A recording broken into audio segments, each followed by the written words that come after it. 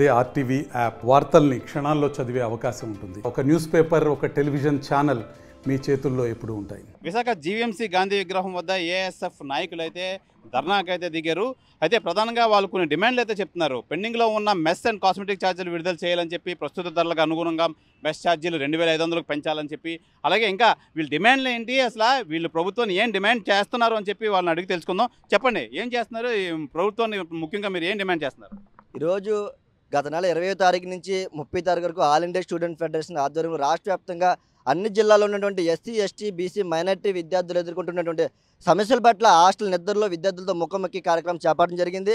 అందులో భాగంగానే ఈరోజు ఆందోళన కార్యక్రమం కూడా శ్రీకారం చుట్టడం జరిగింది. ఈరోజు ప్రస్తుత ధరలకు అనుగుణంగా మెస్ ఛార్జీలు పెంచాలని చెప్పేసి ఆల్ ఇండియా స్టూడెంట్ ఫెడరేషన్ మేము డిమాండ్ చేస్తాను. ఎందుకంటే గతంలో ప్రతి విద్యార్థికి హత్యలు, మానభంగాలు చెందినటువంటి మూర్ఖులకి, కామందులకి అందరూ కూడా జైల్లో 80 రూపాయలు పైపడి ఇచ్చి వాళ్ళని పుష్కలంగా మేపుతా ఉన్నారు. కానీ ఈరోజు దేశ భవిష్యత్తుకి పునాదులైనటువంటి విద్యార్థులకి కేవలం రోజుకి 53 రూపాయలు ఇచ్చి వాళ్ళ యొక్క చదువుకి వాళ్ళే దూరం అయ్యే పరిస్థితి, వాళ్ళ ఆరోగ్యం క్షీణించే విధంగా ప్రభుత్వాలే చేయడానికి తీవ్రంగా ఖండిస్తాను. తక్షణమే పెరుగుతున్నటువంటి ధరలకు అనుగుణంగా మెస్ ఛార్జీలు పెంచాలి. ప్రతి విద్యార్థికి 2500 ఉన్నటువంటి మెస్ ఛార్జీలు పెంచి కాస్మెటిక్ ఛార్జీలు త్వరగా రిలీజ్ చేయాలి. అలాగే పెండింగ్లో ఉన్నటువంటి వార్డెన్, కుక్, కమిటీ పోస్టులను కూడా భర్తీ చేయాలి. అలాగే చూసుకుంటే గత ప్రభుత్వం, వైసీపీ ప్రభుత్వం జీవో నెంబర్ 77 తీసుకొచ్చి ఏదైతే ప్రైవేట్ కళాశాలలో చదివిన పీజీ విద్యార్థులకి రీఎంబర్స్మెంట్ లేకుండా కట్ చేయడం జరిగింది. గతంలో ఏఎస్ఎఫ్గా అనేక ఆందోళన కార్యక్రమం చేసినప్పుడు కూడా వాళ్ళు స్పందించలేదు. అందుకే ఈరోజు కానీ ప్రతిపక్ష హోదా కూడా లేకుండా 11 సీట్లకి పరిస్థితి కనబడుతుంది. కానీ యోగాల పాదయాత్రలో ప్రతిపక్షం ఉన్నటువంటి ఎన్డీఏ కూటమి వైపు యోగాల పాత్ర నారా లోకేష్ గారు ఏఎస్ఎఫ్ విద్యార్థి సంఘం నాయకుల సమక్షంలో జీవో నెంబర్ 107, 188 అలాగే పీజీ విద్యార్థుల శాపంగా మారినటువంటి జీవో నెంబర్ 77 రద్దు చేస్తామని చెప్పడం జరిగింది. కానీ ఇప్పటివరకు కూడా దాదాపు 2 నెలలు గడుస్తున్నా సరే వాటి గురించి పట్టించుకునే పరిస్థితి లేదు. అందుకే మేము ఒకటే డిమాండ్ చేస్తాం, పెండింగ్లో ఉన్న మెస్ ఛార్జీలు రిలీజ్ చేయాలి. ప్రస్తుత ధరలకు అనుగుణంగా మెస్ ఛార్జీలు పెంచి ఏదో జీవోలు 107, 188, 177 ఏ ఉన్నాయో తక్షణమే రద్దు చేయాలని చెప్పేసి ఈరోజు శాంతియుతంగా గాంధీ విగ్రహం వద్ద నిరసన కార్యక్రమం తెలియజేస్తున్నాం. స్పందించిన పక్షంలో రాబోయే రోజులు భారీ ఎత్తున ఆందోళన కార్యక్రమం శ్రీకారం చుడతామని చెప్పేసి రాష్ట్ర ప్రభుత్వానికి హెచ్చరిక జారీ చేస్తూ ఉన్నాం. బ్రదర్ చెప్పండి, ఈ జీవో నెంబర్ 77 కోసం ఏం చెప్తారు, ఏంటి మీ ప్రధాన డిమాండ్లు ఏంటి? ఈరోజు జీవో నెంబర్ 77 అనేది గతంలో పీజీ చదువుకునే ప్రతి విద్యార్థి, అది ప్రభుత్వ, ప్రైవేట్ ఏ కళాశాలలో కూడా ఈరోజు పీజీ చదువుకున్నప్పుడు కూడా రాష్ట్ర ప్రభుత్వమే విద్యార్థులకు ఉన్నత విద్యను ప్రోత్సహించే విధంగా ఈరోజు జీవో నెంబర్ 77 లేని తరుణంలో ప్రతి ఒక్క విద్యార్థి కూడా ఫీజు రింబర్స్మెంట్, స్కాలర్షిప్లు తీసుకొచ్చి చదువుకునే అవకాశం కల్పించేది. కానీ ఈ జీవో నెంబర్ 77ని తీసుకొచ్చి ఈరోజు ప్రైవేట్ కాలేజీలో పీజీ చదివేటటువంటి విద్యార్థులకు స్కాలర్షిప్ కానీ, ఫీజు రింబర్స్మెంట్ కానీ ఏమీ గవర్నమెంట్ నుంచి ప్రోత్సాహం లేకుండా వాళ్ళని డిగ్రీకే పరిమితం చేసే విధంగా ఈరోజు ఈ జీవో నెంబర్ 77 ఉంది.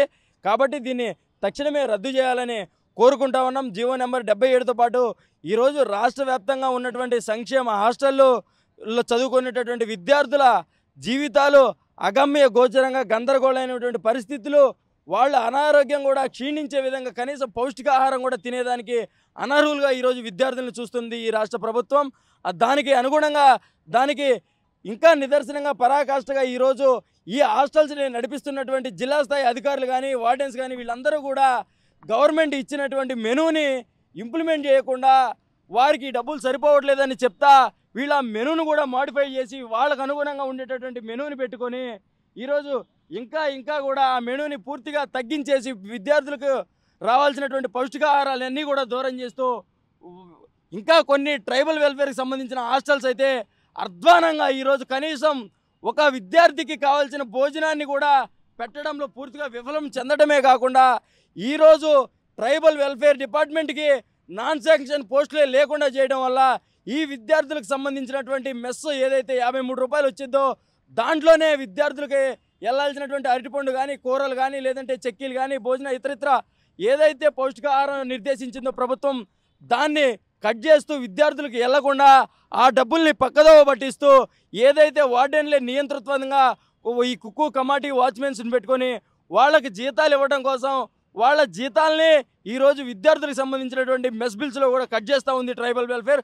కాబట్టి దీని మీద ఖచ్చితంగా రాష్ట్ర ప్రభుత్వం స్పందించడంతో పాటు ఎన్నో ఉన్నతమైనటువంటి భవనాలు ఎన్నో నిర్మిస్తూ ఉన్నారు. కానీ ఈరోజు విశాఖపట్నం కేంద్రంగా ఉన్నటువంటి పెందుర్తి నియోజకవర్గంలో ఇప్పటికీ బీసీ వెల్ఫేర్కి సంబంధించినటువంటి గర్ల్స్ హాస్టల్ ఒక్కటి కూడా లేదు. కానీ ఆ నియోజకవర్గంలో చదువుకునేటువంటి పిల్లలందరూ కూడా దూర ప్రాంతాలకు పోయి అకామిడేషన్ అయ్యే పరిస్థితి లేక ఎంతోమంది విద్యార్థులు కూడా డ్రాబ్యాక్ అవుతున్నారు. కాబట్టి పెందుర్తి నియోజకవర్గ కేంద్రంగా ఖచ్చితంగా ఒక బీసీ గర్ల్స్ హాస్టల్ను కూడా ఏర్పాటు చేయడంతో పాటు ఇప్పటికైనా రాష్ట్ర ప్రభుత్వం మేల్కొని ప్రస్తుత ధరలకు అనుగుణంగా ఉన్నటువంటి మెనూని ఇప్పుడున్నటువంటి మెనూ ఇంప్లిమెంట్ చేయాలంటే ఖచ్చితంగా 2,500 రూపాయలు ఒక విద్యార్థికి రిలీజ్ చేయాల్సిన అవసరం ఉంది. ఆ తరుణంలో రాష్ట్ర ప్రభుత్వం ఇక నుంచి విద్యార్థుల పట్ల ఒక సుముఖచితమైనటువంటి ఒక వాంఛతో రేపు కార్యాచరణ చేయాల్సింది. కాబట్టి ఈ తరుణంలో కాకుండా నిమ్మకు నీరెత్తినట్టుగా విద్యార్థుల సమస్యలను, హాస్టల్ విద్యార్థుల సమస్యల్ని గాలికి వదిలేస్తే రేపు రాబోయే రోజుల్లో అఖిల భారత విద్యార్థి సమైక్య ఆల్ ఇండియా స్టూడెంట్ ఫెడరేషన్గా రాష్ట్ర వ్యాప్తంగా సంక్షేమ హాస్టల్లో ఇబ్బందులు పడే ప్రతి విద్యార్థిని కూడా పోగేసి పెద్ద స్థాయిలో రాష్ట్ర ప్రభుత్వాన్ని బంగాళాఖాతంలో కలిపే విధంగా ఏఎస్ఎఫ్గా కార్యక్రమాలు రూపొందిస్తే చేస్తామని రాష్ట్ర ప్రభుత్వాన్ని హెచ్చరిస్తా ఉన్నాం.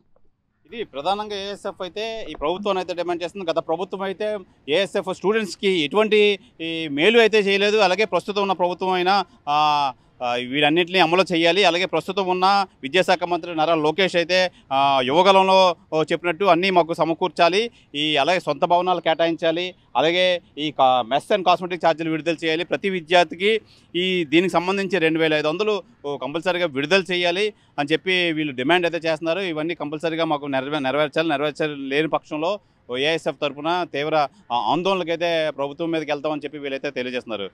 ఇది ఈ ఏఎస్ఎఫ్ సంబంధించి పూర్తి వివరాలు. కెమెరామెన్ రమణ కుమార్తో శివరామకృష్ణ RTV విశాఖపట్నం. మరిన్ని వీడియోస్ కోసం ఛానల్ ని సబ్స్క్రైబ్ చేయండి. లేటెస్ట్ అప్డేట్స్ కోసం వాట్సాప్ ఛానల్ ని ఫాలో చేయండి. అండ్ లింక్ డిస్క్రిప్షన్ లో ఉంది.